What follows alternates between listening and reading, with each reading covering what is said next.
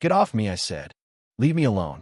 Her voice trembled, but even if her hands shook, there was this raw edge you couldn't miss. Picture this. The corridor behind the school gym is one of those spaces you pass through quick, hoping not to get noticed, and there's this new girl, the one everybody calls quiet, just pressed up against a row of battered lockers by Zach, a senior who's made picking on people his favorite sport. He's got that smirk on his face, towering over her, while his buddies are off to the side, laughing like they've got front row seats to some cruel show. I mean, you walk in on that, and you can't help but wonder why her?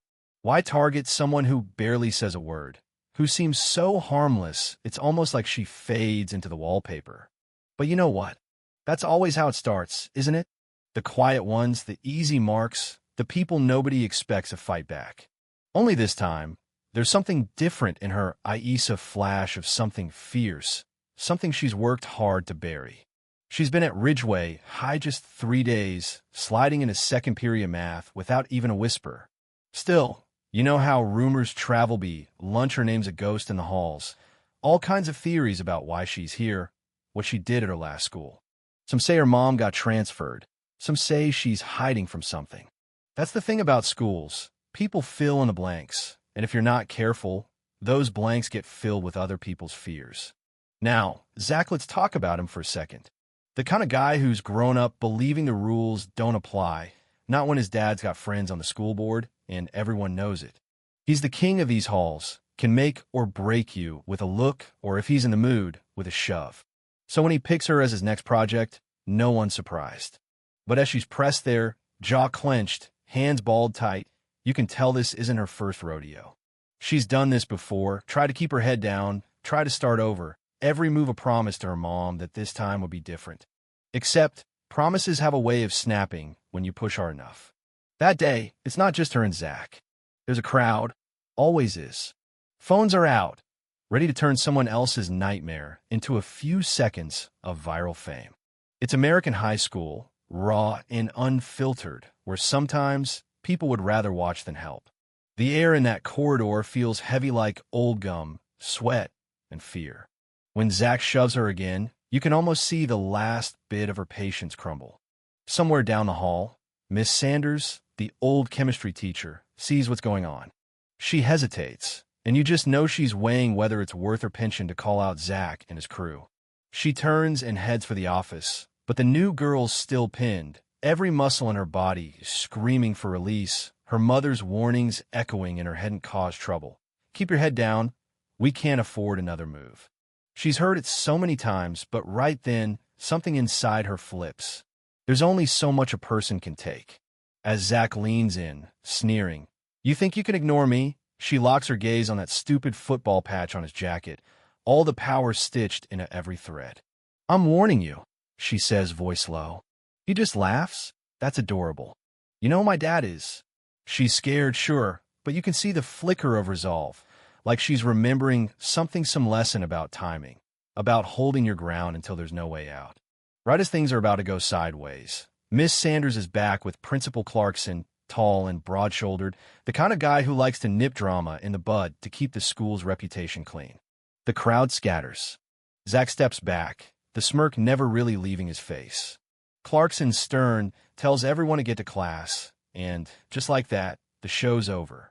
But for the girl, let's call her Sam Relief, fades into dread. She's been here before.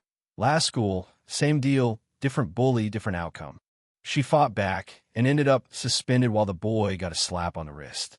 That's what happens when you show what you're capable of, when you don't fit the role people expect.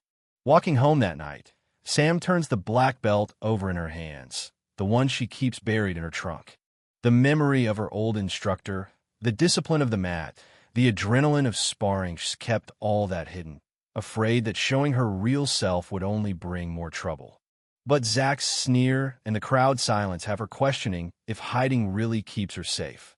The next day, school is a minefield. People stare, whisper. She hears snippets, that's her, the one Zach cornered. She didn't even fight back. Maybe she's not so tough. It stings, but she keeps moving.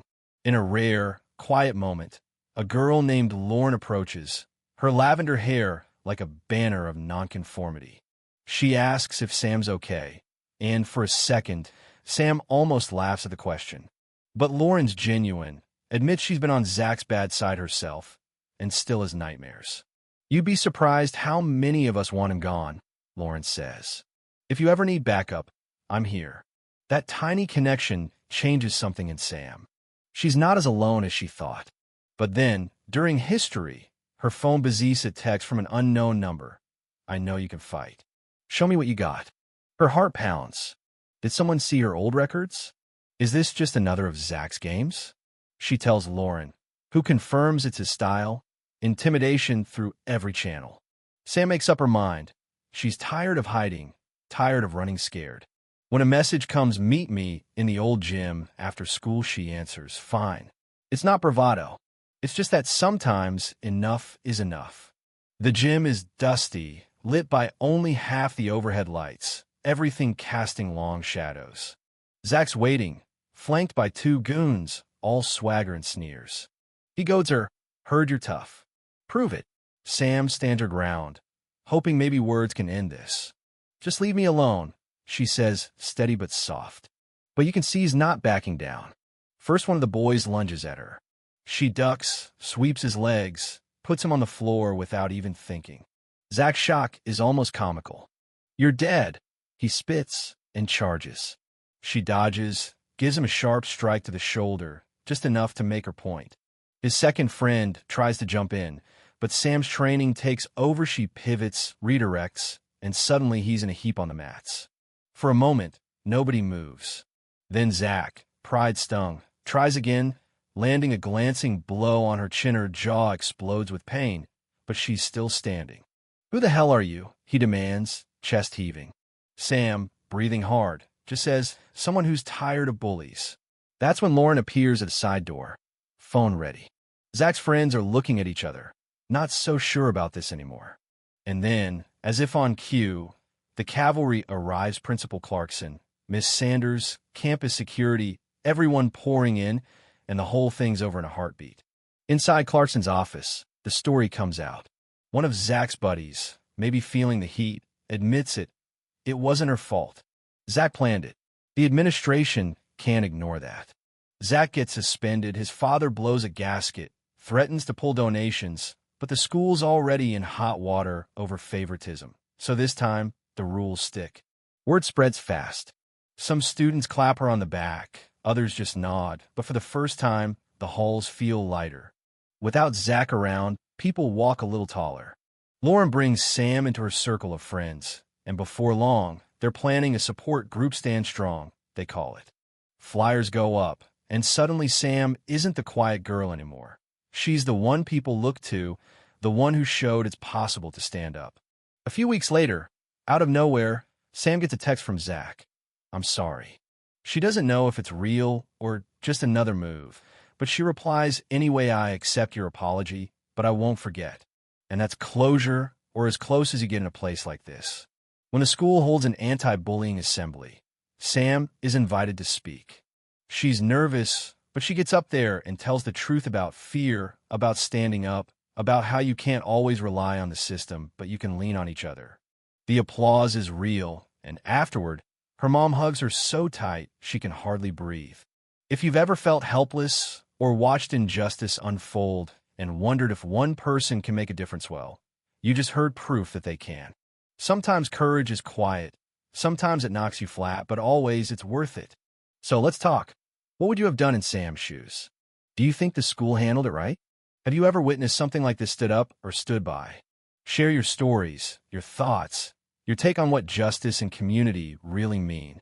Because these conversations, right here, are how we build something better, one story, one voice, one stand at a time.